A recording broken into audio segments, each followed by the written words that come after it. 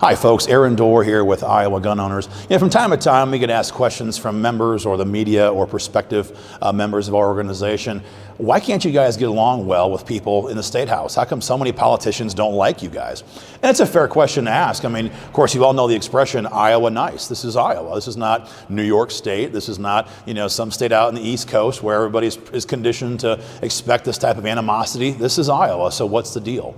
The short version is that, for most organizations that use traditional, contract lobby tactics down here, they come down to the Capitol and their lobby work consists of they get down on one knee, and they beg and they plead and they pat politicians on the back and they sing their praises in their email blasts, all the kind of things you expect from like the Iowa Firearms Coalition, for example, kind of that very deferential, very you're in charge, we're your humble servants, how can we serve you kind of attitude that IFC is so known for down here at the Capitol.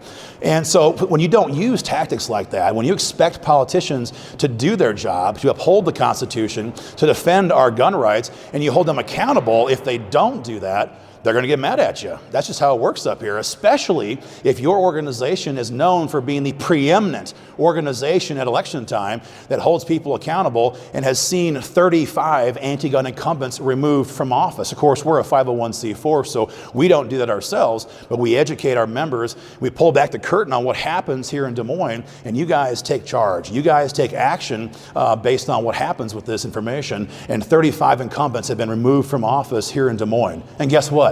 They have friends, and they're still here, and they don't like anybody at any organization who would dare hold them accountable. So whether it's Steve Sodders, who would attack us by name on his Facebook page all the time before he was removed from office, or there was pretty boy Matt Winchell, who spends most of his time down here preening his hair in front of a KCCI news camera before he attacks us on the floor of the Iowa House. This is par for the course. When you fight hard for what you care about down here in Des Moines, and you expect these guys to do their jobs and follow the Constitution and support gun rights, and you hold them accountable if they don't, they're going to hate your guts. And guess what? We're okay with that. We're fine with that. In fact, we relish in that because that's how we know that these guys know there is a pouncing tiger out there in the grassroots waiting to attack anybody who would attack their gun rights or who would not support their gun rights.